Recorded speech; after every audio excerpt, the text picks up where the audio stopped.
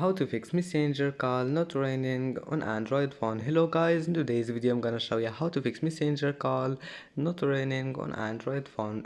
All you need to do is just go to settings and then scroll down until you find apps and then click apps again and go to messenger. And now all you need to do just go to storage, clear cache, and then go to permissions. And now just check this one here, phone. You need to enable phone, and if that doesn't fix your problem, just go to data usage and enable this one, background data, and go back to battery and disable power saving mode, and your problem will be fixed. And that's it for today's video.